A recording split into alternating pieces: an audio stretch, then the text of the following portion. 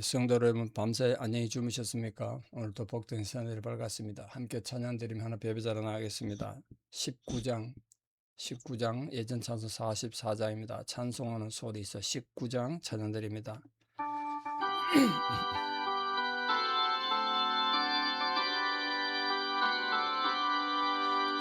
찬송하는 소리 있어 사람 기뻐하도다. 하늘 아버지의 이름 거룩거룩하도다. 세상 사람 찬양하자. 거룩하신 하나님께 할렐루야 할렐루야 할렐루야 아멘. 하나님의 나라 권세 영원토록 있도다. 하나님의 영광 나라 거룩거룩하도다. 하늘 보좌 계신 주님 세상 주관하시도다. 할렐루야 할렐루야 할렐루야 아멘. 하나님의 크신 섭리 곧 뜻대로 되도다. 우리 아버지의 뜻은 거룩거룩하도다. 주여 속히 임하셔서 기쁜 나를 주옵소서. 할렐루야 할렐루야 할렐루야 아멘 아멘. 사도신경으로 우리의 신앙을 고백드립니다. 나는 전능하신 아버지 하나님 천지의 창조주를 믿습니다. 나는 그의 유일하신 아들 우리 주 예수 그리스도를 믿습니다. 그는 성령으로 잉태되어 동정녀 마리아에게서 나시고 본디오 빌라도에게 고난을 받아 십자가에 못 박혀 죽으시고 장사된 지 사흘 만에 죽은 자 가운데서 다시 살아나셨으며 하늘에 오르시어 전능하신 아버지 하나님 우편에 앉아 계시다가 거기로부터 살아있는 자와 죽은 자를 심판하러 오십니다. 나는 성령을 믿으며 거룩한 공교회와 성도의 교제와 죄를 용서받는 것과 몸의 부활과 영생을 믿습니다. 아멘. 2026년 1월 22일 목요일 새벽입니다. 하나님 주신 말씀 욥기 29장 1절에 10절입니다. 욥기 29장 1절에 10절 봉독에 올립니다. 욥기 29장 1절 욥이 풍자에 이르되 나는 지난 세월과 하나님의 나를 보호하시던 때가 다시 오기를 원하노라. 그때에는 그의 등불이 내 머리에 빛이었고 내가 그의 빛을 힘입어 암흑에서도 걸어 다녔느니라. 내가 원기 왕성하던 날과 같이 지내기를 원하노라.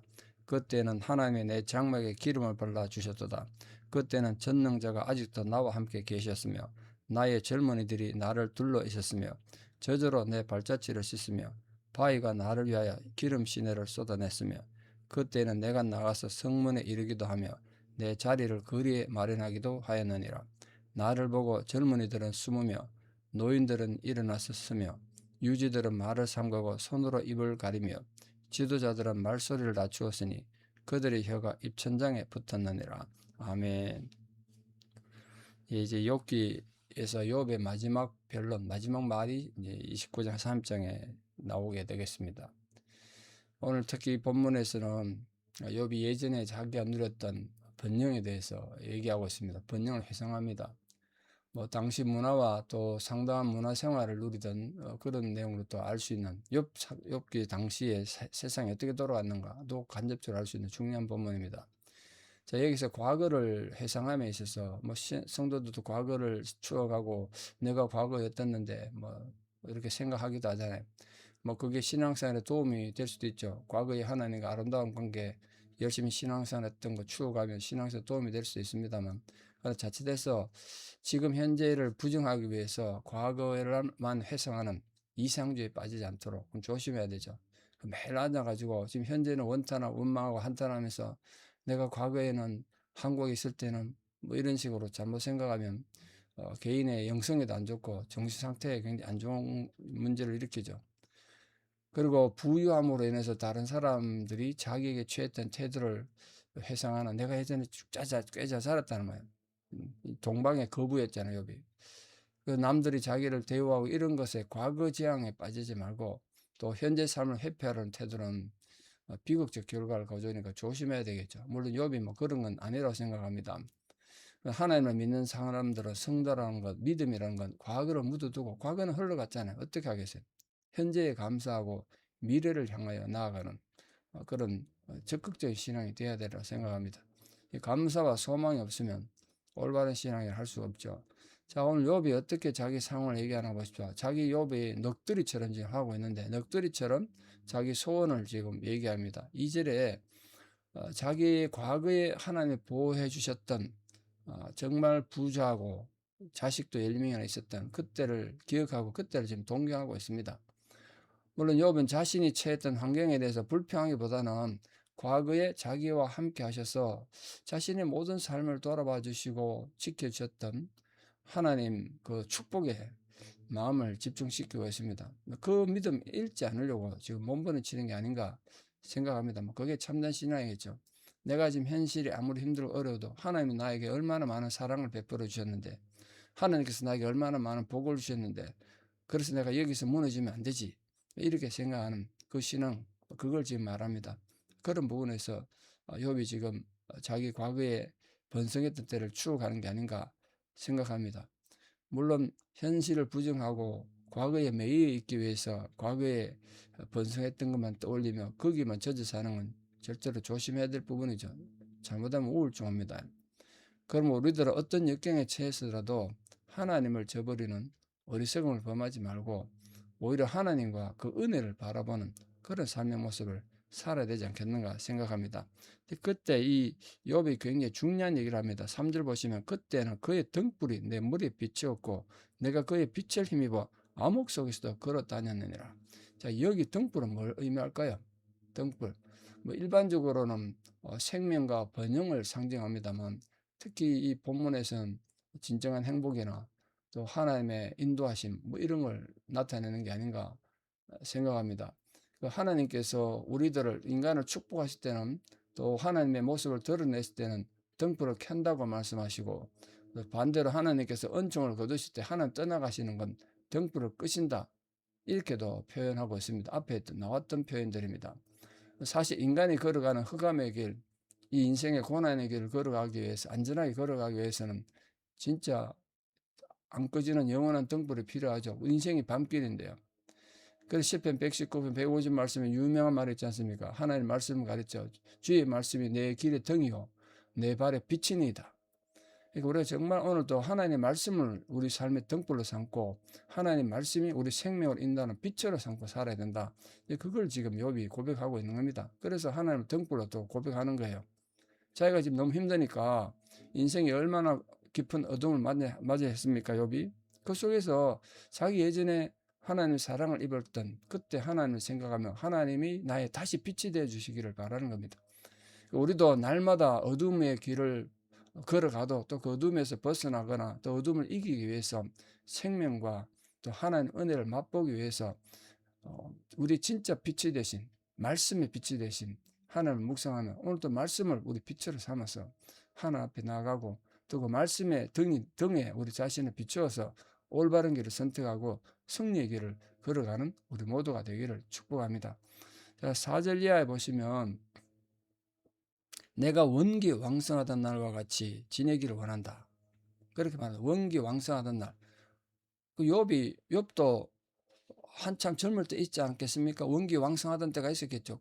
쉽게 말하면 욥의 삶이 절정을 달했을 때, 건강도 하고 세상에 뭐든지 하나님의 두려움 없이 행하던 그 시대, 그게 그렇겠죠. 그런 날과 같이 내가 지내기를 바란다. 그때는 하나님께서 자기 장막에 기름을 발라주셨대요. 정말 욥의 삶이 완전했던, 이 고난 닥치기 전에 하나님 앞에 머물렀던 그런 때를 지금 회복하고 싶어 하죠. 당연히 안 그렇겠습니까? 욥이 지금 엄청난 고난 가운데 있는 이런 상황에 이르기 전에 욥은 하나님과 우정이라고 하면 좀 그렇긴 한데 하나님과 깊은 관계, 아름다운 관계를 맺고 살았다만, 세상은 몰라도 하나님과 욥 사이에는 비밀이 있었고 하나님은 때를 따라 조언해 주셨고 욥은 하나님께 순종하며 아름다운 관계를 맺고 있었습니다. 그게 욥의 장막의 모습이었습니다. 그걸 다시 회복하고 싶은 거죠, 지금 욥이. 욥은 자신의 생애 최상의 번영의 날을 생각하면서 자기 처소에서 하나님과 더불어 친구처럼 그렇게 교제했었는데 지금 그게 이제 다 무너졌다. 안타까움으로 그걸 회상하고 있는 거죠. 우리 성도님들도 가끔 이 하나님과 교제가 무너져서 인생이 참 힘들어질 수가 있는데 그때 여러분 하나님과 나와의 관계가 무너졌다. 그럼 누구의 문제일까요? 하나님의 문제일까요? 우리의 문제일까요? 분명히 기억하십시오. 하나님이 나서서 하나님과 우리의 관계를 무너뜨리고 막는 경우는 없습니다. 모든 것이 우리들의 잘못이죠. 우리의 게으름과 우리의 죄 때문에 우리 스스로 하나님과 관계를 벽을 만드는 거 아닙니까? 그게 선지자들의 진단이었다. 성경의 진단이라면. 욥도 마찬가지겠죠. 욥은 하나님과 더불어 교제했던 때 형편을 5절, 6절에 어떻게 지금 표현하고 있냐면 아주 상징적으로 표현하고 있는데 5절부터 그때는 전능자가 아직도 나와 함께 계셨고 하나님 자신과 함께 있고 나의 젊은이들이 나를 둘러 있었으면 이 젊은이들이 누굴까요? 자식들. 아주 젊은 자식들이 자기 둘러 있어서 10명이나 되는 자식들 둘러 있어서 얼마나 행복했겠습니까? 또 저절로 내 발자취를 씻는다 그랬습니다. 그만큼 젖이 풍성했다는 뜻이죠. 젖과 꿀이 흐르는 땅, 이건 하나님 축복을 상징하는 비유 아닙니까? 젖이라는 건 욥이 누렸던 그 목축을 했으니까 젖이 풍성하다는 건 그만큼 풍요로운 삶을 살았다는 뜻이겠죠. 마치 반석에서 물이 흘러나서 시내로 흐르는 것처럼 저주로 발을 씻을 정도였으니까 얼마나 풍요롭게 살았겠습니까? 여기서 하나님은 항상 욥과 가까이 계셨고 이 하나님의 크신恩寵과 축복 또 그 자녀들에 대한 축복이 욥에게 주어졌다. 욥이 지금 그거를 기억한 거죠. 과거에 우리가 힘들고 어려울 때 과거에 하나님께서 내게 베풀으신 은혜 그걸 생각하면 우리가 힘이 되고 위로가 된단 말이에요. 저도 힘들고 어려울 때마다 예전에 하나님 내게 베풀으신 은혜 그걸 제가 자주 생각하고 또 용기도 얻고 마음을 새롭게 다잡거든요. 지금 혹시 여러분들 중에도 지금 상황이 너무 힘들고 어렵고 지쳐서 마음이 낙심되신 분들 계십니까? 여러분 생애에 하나님이 베풀으시던 은혜가 없으신가요? 하나님의 크신 사랑이 없으신가요? 하나님과 뜨거운 관계를 맺었던 그때를 기억하고 다시 용기를 얻기를 바랍니다. 그러니까 하나님께서는 욥에게 영적인 축복뿐만 아니라 물질적인 축복, 젖과 꿀이 흐르는 풍성함도 주셨다는, 젖과 기름이 항상 흘러 넘쳤다는 거예요. 이처럼 우리 성도들이 하나님으로부터 은혜로 내적인 평안과 기쁨도 얻지만 물질적인 풍요도 함께 주어진다. 물질적인 풍요도 받아요. 그러나 그 물질적인 풍요 때문에 하나님과 관계가 잘못되는 건 그건 어리석은 거죠. 그 성도에게 주어지는 모든 하나님의 축복은 단지 우리 개인의 배만을 채우는 그런 악한 도구면 대가 안 되겠죠. 반드시 이웃과 또 하나님 나라를 위해서 유익하게 사용하면 하나님 그 위에 복의 복을 더하시겠죠. 그런 복의 복을 더하시는 은혜를 누리기를 축복합니다. 자, 마지막으로 7절에 10절에는 저 가슴 아픈 내용인데요. 욥이 지금 하나님 앞에 고통 당하기 전에 끔찍한 이 고난 당하기 전에 모든 재산 잃고 자식 다 잃고 자기는 온몸에 지금 피부병 들어서 제대로 눕지도 앉지도 못하는 그런 힘든 상황에 있을 때 욥이 어떤 사회적 위치에 있었는가를 지금 생각하고 얘기합니다. 욥은 고난 당하기 전에 사회적으로 상당한 지도자의 위치에 있었고 존경받는 사람이었습니다. 그 증거가 어딨냐면 7절에 그때 내가 나가서 성문에 이르렀다. 성문에 이르렀단 말은 이 성문은 재판하는 장소고 또 모든 그 지역사회 문제를 해결하던 장소가 성문입니다. 그 문제 있을 때 자기 성문에 가서 모든 걸 해결했다. 특히 거기 그 성문에서 내 자리를 거리에 마련하기도 했다. 이 말은 성문에 자리를 마련했다는 말은 재판관을 했다는 것이 재판관.